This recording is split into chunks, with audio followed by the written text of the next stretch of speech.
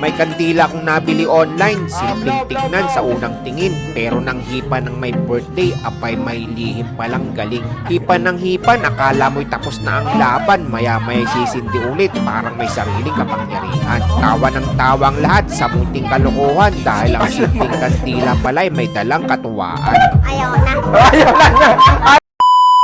Kaya kung birthday at gusto mo ng konting biruan, subukan ng kandilang kahit hipan mo'y babalik sa sindihan. Nandyan lang sa yellow basket ko. Pero bago ko umpisahan ng buong ganap ng kwento ko, hayaan nyo muna kung ibahagi ang dagdag informasyon sa kapatid kong may kapansanan at nawawala. Halos magsampung taon nang nawawala ang kapatid kong may kapansanan. May sakit siyang epilepsy at paralisado ang kanyang kaliwang bahagi ng katawan mula sa kanyang mga braso, kamay at maliit na bahagi ng kanyang mga binti. Sa araw ng kaarawan ng bunso kong makulit, 6 na taong gulang na siklay walang kapalit. Mahiling siya agad na sa akin pinagbigyan. Pa, damihan mo ng kandila para daw bongga ang cake at handaan. Kaya agad akong umorder ng kandilang kakaiba. Sa online ko nabili, mukhang ordinaryo lang sa mata. Pero may lihim itong sorpresa na dala. Kahit hipan mo ng hipan, sisindi ulit bigla.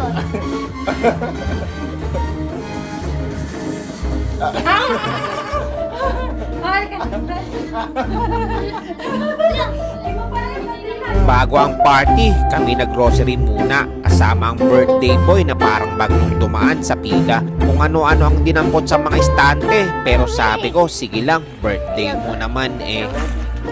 Lamig di. Opo. Babayaran po namin. Bayad. Prayin nyo. Ito. Novi po. Novi siya. Pagkatapos noon, sa bukid naman kami nagpunta para kumuha ng native na manok pagdagdag sa handa. Tinola man o halang-halang na may sipa sa anghang, ang sabaw siguradong masarap kahit sino'y mapapawaw. Kanya-kanya silang huli ng manok sa bakuran, pero ang bunso kong makulit hindi nagpahuli sa laban. 2 manok ang hawak-hawak, sabay sigaw ng malakas, paldo ako pa! Ako ang pinakamalakas. Aido aman. Ha? Aido. Paldo? Aido, paldo.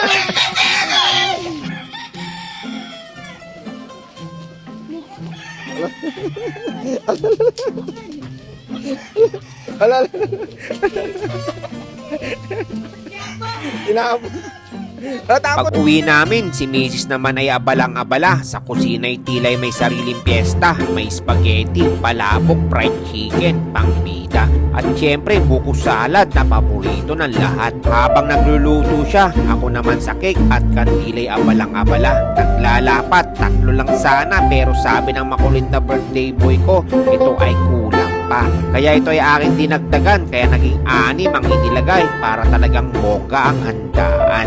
Dumating na ang sandali, mesa ay puno na ng pagkain. Mga batay sabik na magkantahan at kumain. Happy birthday, sigaw ng lahat ng sabay-sabay. At inihipan ng bunso kong makulit ang kandilang may pasabong na taglay. Oh, Vince! Oh! Lupa! Oh! Ay, meron pa. Ah! Sino ka namin dyan? Ala, sabihin mo. Magaling na. Ay! Oh! Kaya ako siya. Ayaw na. Ayaw na niya! Ayaw na niya! Oh, sige, bibigyan ka pera pag namatay. Oh! Ate kami dyan pag namatay namin. Oh! Sige lang. Huwag mong ipan, huwag mong ipan. Ibitan.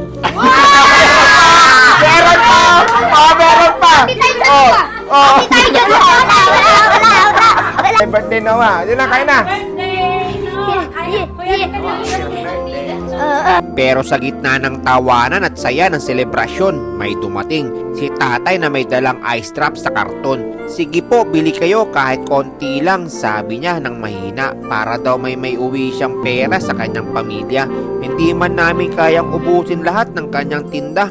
Bumili pa rin kami para makatulong kahit papaano sa kanya. Habang tinititigan ko si tate na naglalakad sa daan, may pangarap akong biglang sumilip sa isipan.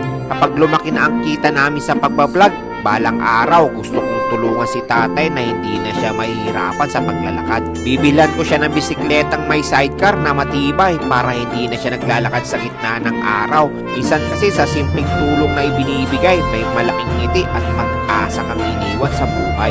At dito nagtatapos ang kwento ng kandilang ayaw mamatay, ng batang masaya at pamilya nagtatawanan sa bahay. Ang tunay na saya ng kaarawan ay hindi lang sa handaan o kandila, kundi sa pagmamahal ng pamilya at sa kabutihang ibinibigay sa kapwa.